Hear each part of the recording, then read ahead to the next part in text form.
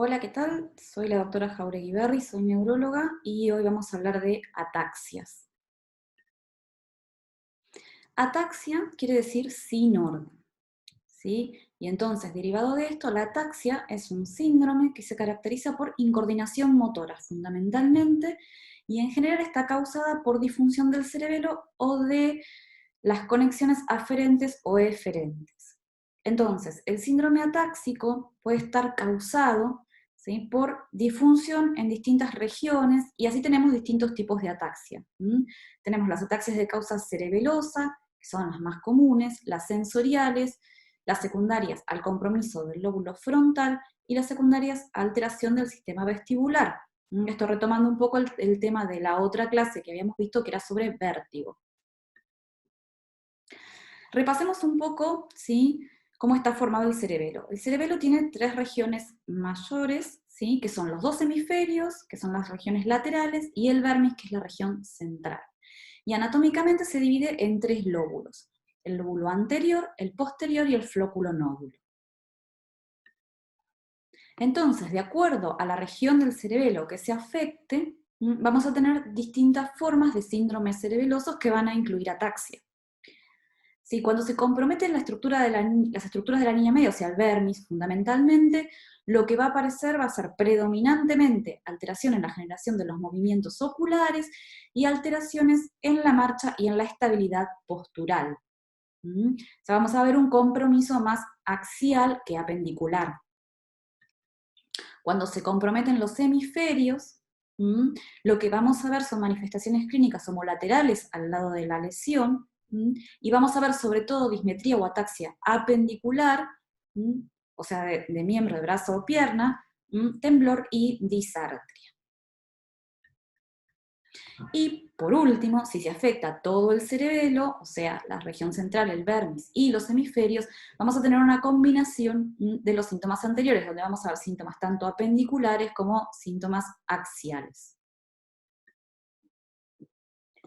Vamos a resumir ahora las características clínicas del síndrome cerebeloso, ¿sí?, cuya manifestación principal, y que es el motivo de nuestra clase de hoy, es la ataxia.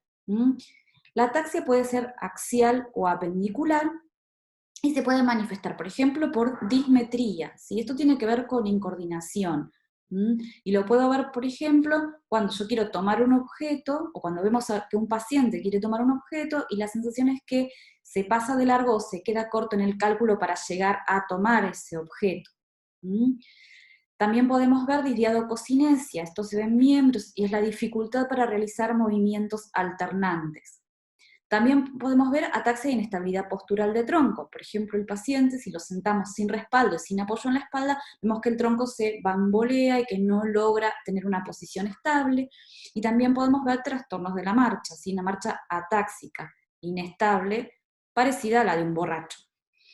En el examen neurológico, ¿qué buscamos? Evaluamos la marcha, ¿sí? Vemos cómo camina el paciente, vemos cómo es la base de sustentación, ¿sí? Tiene la base de sustentación aumentada, los pies más separados para caminar. ¿Sí? No es solo esto, sino que además no puede mantener la estabilidad durante la marcha, ¿sí? Ver si puede hacer el tándem, esto es caminar con un pie adelante del otro sin perder la estabilidad. También lo vamos a evaluar en bipedestación. ¿Qué pasa con el paciente cuando está parado? ¿Mantiene una posición estable, el tronco se inclina a algún lado, necesita aumentar la base de sustentación, necesita corregir con pasos la postura porque no la puede sostener? ¿Sí? Para la ataxia axial podemos hacer la maniobra de Romberg. La maniobra de Romberg, como recordarán de semiología, ¿sí?, se realiza poniendo al paciente de pie, con los pies juntos, los brazos al costado del cuerpo, primero con los ojos abiertos y después con los ojos cerrados. Un paciente con una ataxia de causa cerebelosa en general no va a poder mantener, o se le va a dificultar mantener esta posición ya directamente con los ojos abiertos. Y va a tender a caerse en general indistintamente hacia cualquier lado. Para evaluar los miembros, la ataxia apendicular, tenemos la prueba índice-índice e índice-nariz, ¿sí? Recordemos que yo puedo tomar la ataxia miembro superior, pidiéndole al paciente que con su dedo índice toque su nariz y después estire el brazo, o pidiéndole al paciente que toque su nariz y toque mi dedo. A nivel de miembros inferiores, lo que le pido es con el paciente en decúbito acostado, que con el talón de una pierna toque la rodilla de la otra, deslice por delante de la pierna hasta el pie y vuelva a subir deslizando. Y para la diadococinesia, para evaluar la diadococinesia, ¿sí? Puedo evaluarla, por ejemplo, pidiéndole al paciente que haga movimientos alternantes con las manos, de esta manera. Y las dos manos tenemos que ver que se mantengan digamos, en forma sincrónica, que puedan hacer este movimiento sin perder el ritmo, sin que una mano quede atrás de la otra, sin que el movimiento se fragmente. ¿Qué otras características vemos en el síndrome cerebeloso? Otra característica es la hipotonía. Esto es que o esté disminuida la resistencia a la palpación en el músculo, el músculo lo palpamos más blando, o a la manipulación pasiva, ¿sí? Cuando yo le tomo el tono a los pacientes, hay una cierta resistencia que hace el músculo, que es normal. Esto tiene que ver con los reflejos osteotendinosos, y cuando el cerebelo pierde el control del reflejo osteotendinoso, el tono disminuye y el músculo se manipula mucho más pasivamente, o el brazo o la pierna se manipulan con mucha más facilidad. Esto en general se acompaña de hiporreflexia o reflejos pendulares. Una forma de ver esto en el examen neurológico es el signo del rebote o signo de Stewart-Holmes, ¿sí? Donde yo le pido al paciente que haga fuerza en contra mío, como si fuera una pulseada, y lo que voy a hacer es de golpe soltarlo, o sea, sacar la resistencia que estoy haciendo yo y ver qué pasa, si el paciente inmediatamente tiene tono como para controlar ese movimiento, o la mano se va sin control porque tiene hipotonía.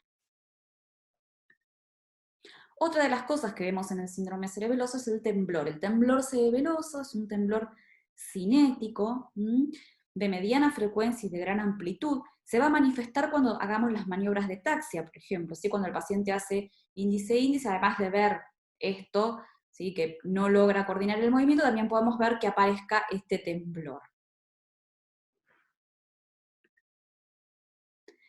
Y también podemos ver disartria. La disartria cerebelosa, que al examen neurológico se manifiesta como palabra escandida, es una palabra lenta e irregular. La sensación es que el paciente está como buscando la palabra y la palabra se hace más lenta, más arrastrada. Esto se llama semiológicamente palabra escandida.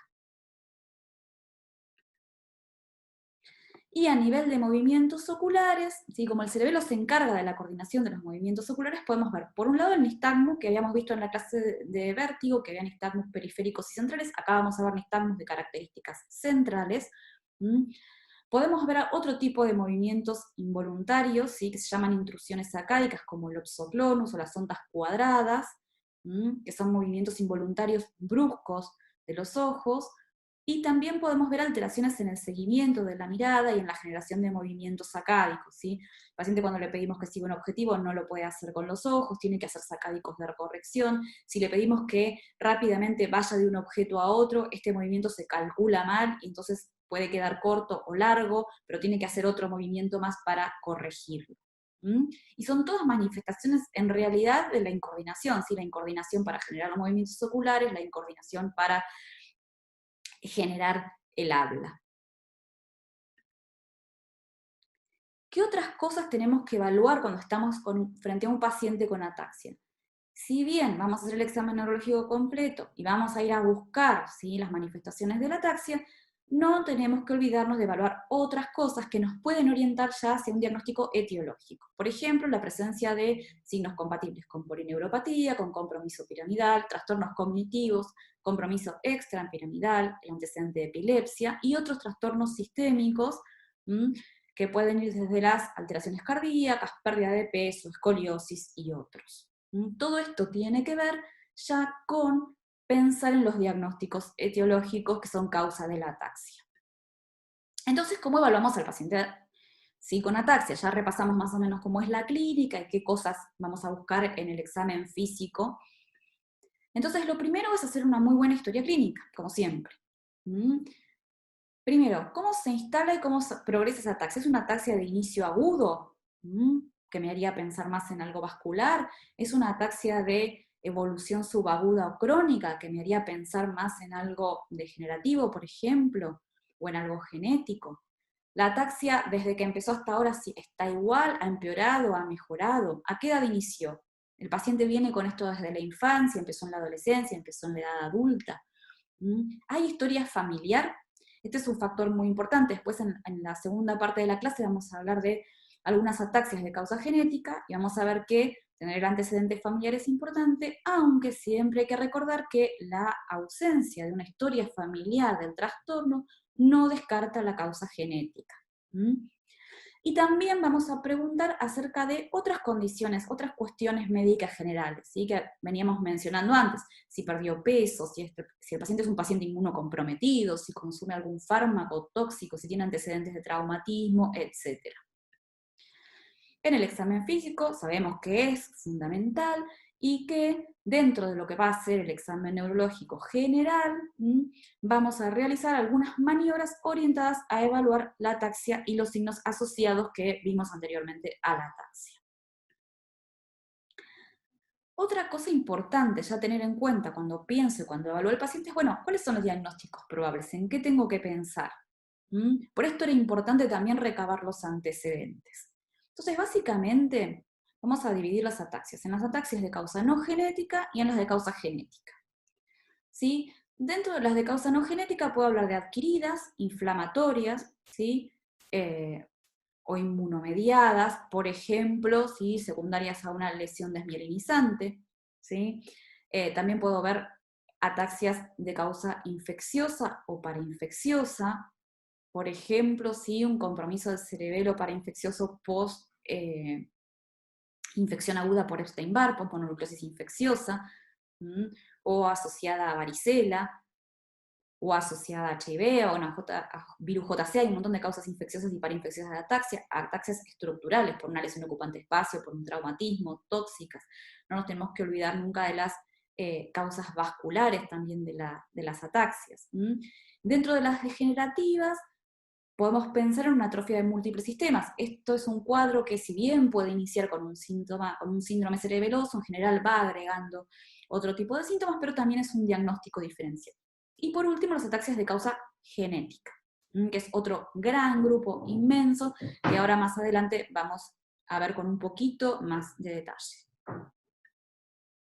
Entonces, habíamos visto que una de las cosas importantes es cómo se iniciaba, ¿no? Esta ataxia. Entonces, si yo tengo una ataxia cerebelosa aguda, ¿en qué puedo pensar? Bueno, en algo vascular, siempre. Si el paciente tiene factores de riesgo vasculares, ese tiene que ser mi primer diagnóstico en una ataxia aguda, pero también sí puedo pensar en una encefalopatía de Wernicke, si es un paciente alcohólico, ¿sí? O con alguna otra causa para tener un déficit de tiamina, puedo pensar en algo infeccioso o parainfeccioso, o puedo pensar en un cuadro ya de tipo periférico, como el Miller-Fisher, que bueno, en realidad va a tener otros síntomas, pero puede tener ataxia dentro de las manifestaciones. Si se trata de una ataxia subaguda, bueno, puedo pensar en una causa tóxica, puedo pensar en una enfermedad paraneoplásica, ¿sí? Las enfermedades paraneoplásicas, o síndromes paraneoplásicos, recordemos que son síndromes que están causados asociados a un tumor, ¿sí? A una neoplasia.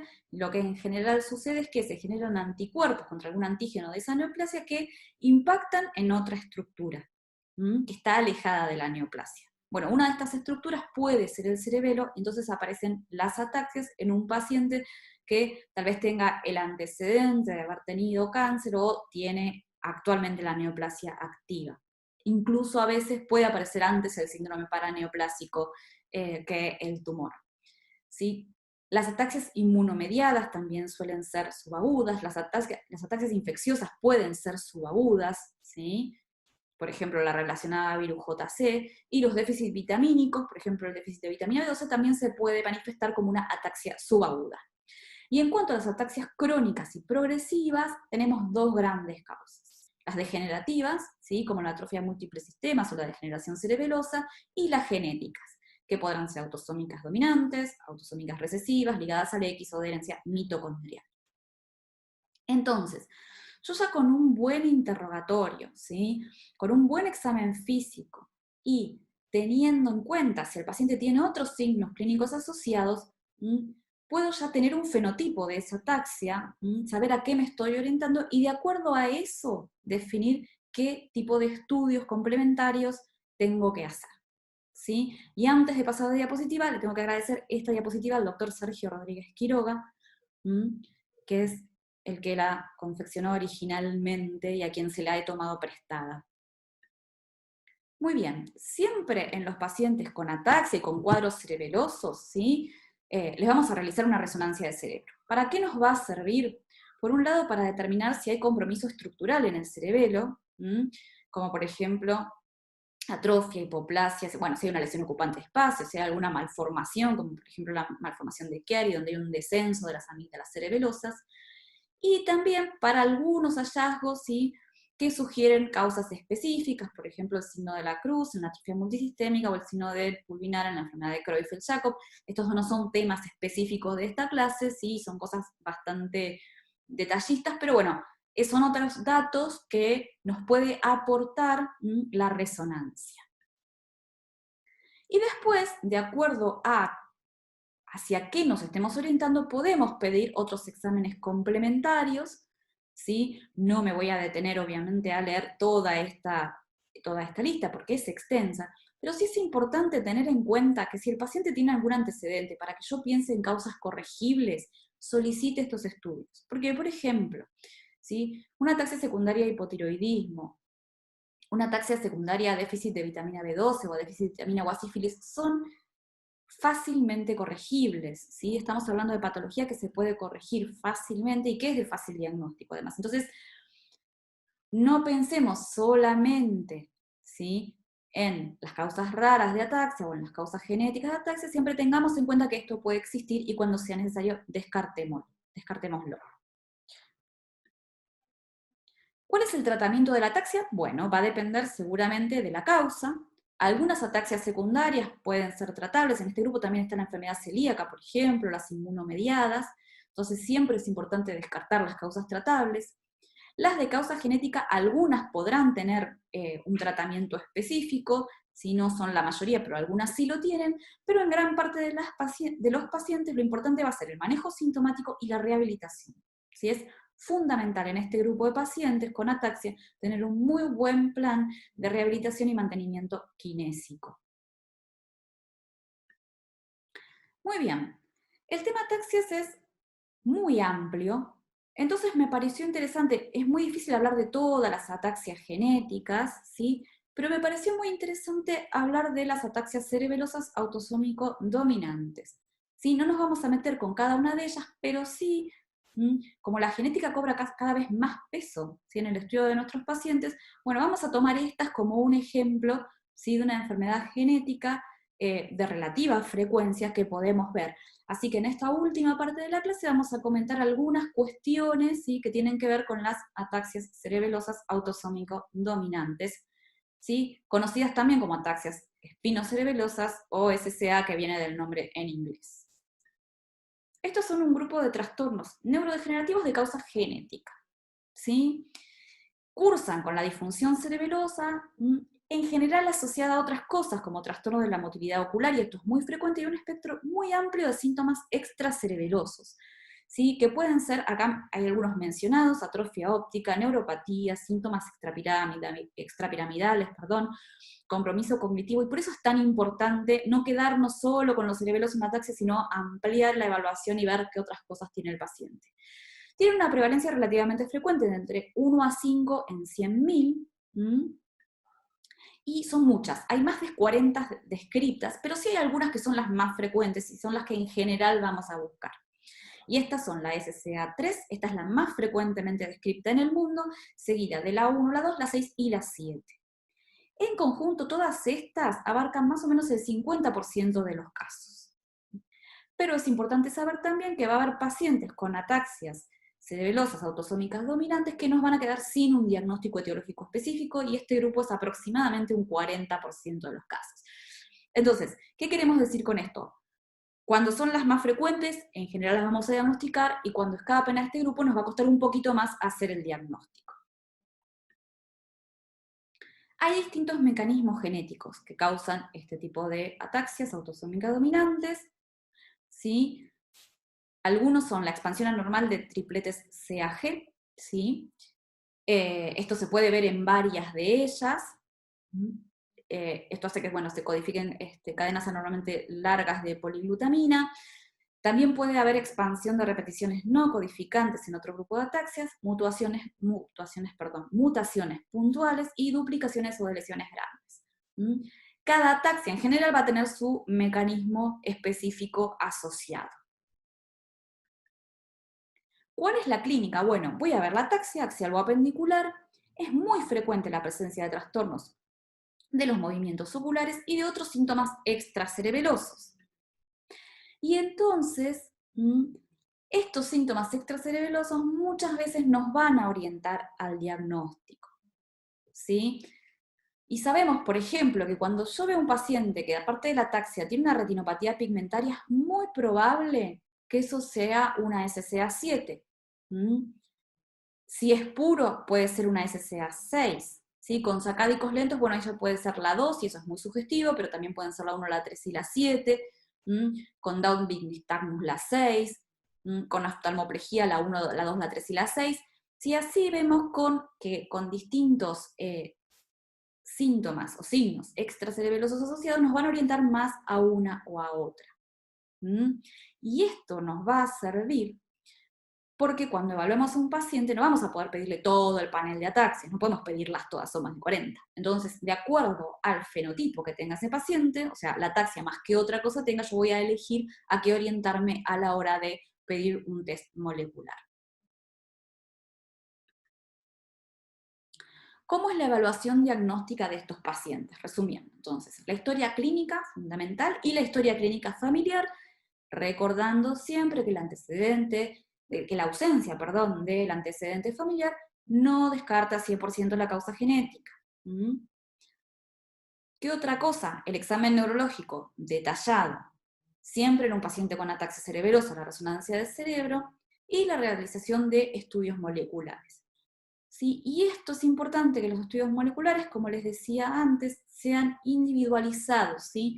No pedir el panel de ataxias y pedirle a todos los pacientes lo mismo, sino fijarnos en cuál es el fenotipo de ese paciente en particular para elegir por dónde vamos a empezar a testear. Siempre vamos a testear dentro de las más frecuentes, la que sea más probable en ese paciente, y después, si esas no son, bueno, iremos ampliando el espectro de diagnóstico. Y por último, ¿sí? No existe un tratamiento específico para ningún subtipo de estas ataxias, pero es importante hacer el diagnóstico, por un lado por el consejo genético, y por el otro porque tenemos que pensar que, como se hace muchísima investigación sobre estos temas, es probable que en algún momento sí tengamos tratamientos disponibles, y entonces es importante para darle un pronóstico al paciente, y eventualmente en un futuro para un tratamiento, saber de qué tipo de ataxia se trata, bueno, siempre que sea posible. Sabemos que un grupo de pacientes sí nos van a quedar sin diagnóstico. Y aunque no haya tratamiento específico, como siempre, recalcar que eso no quiere decir que no se pueda hacer nada. El paciente seguramente va a requerir un apoyo psicoterapéutico de algún tipo de contención, y también va a ser fundamental, ¿sí? Un buen plan de fisioterapia y de rehabilitación para ese paciente para poder sostener sus funciones en la medida de lo posible. Bueno, les agradezco que hayan escuchado esta charla. Sé que ataxias es un tema amplio, acá yo hice un recorte bastante chico, pero bueno, me pareció que era interesante tener un panorama de cómo se hacía el diagnóstico y los distintos diagnósticos diferenciales, y ver un poquito más en detalle este grupo de ataxias autosómicas dominantes que son de causa genética, porque, digamos, son muy frecuentes dentro de la genética, y no, tenemos que tenerlas siempre en mente cuando evaluamos a estos pacientes. Bueno, les agradezco mucho haber escuchado la clase, y nos veremos pronto en alguna otra clase que tengan conmigo.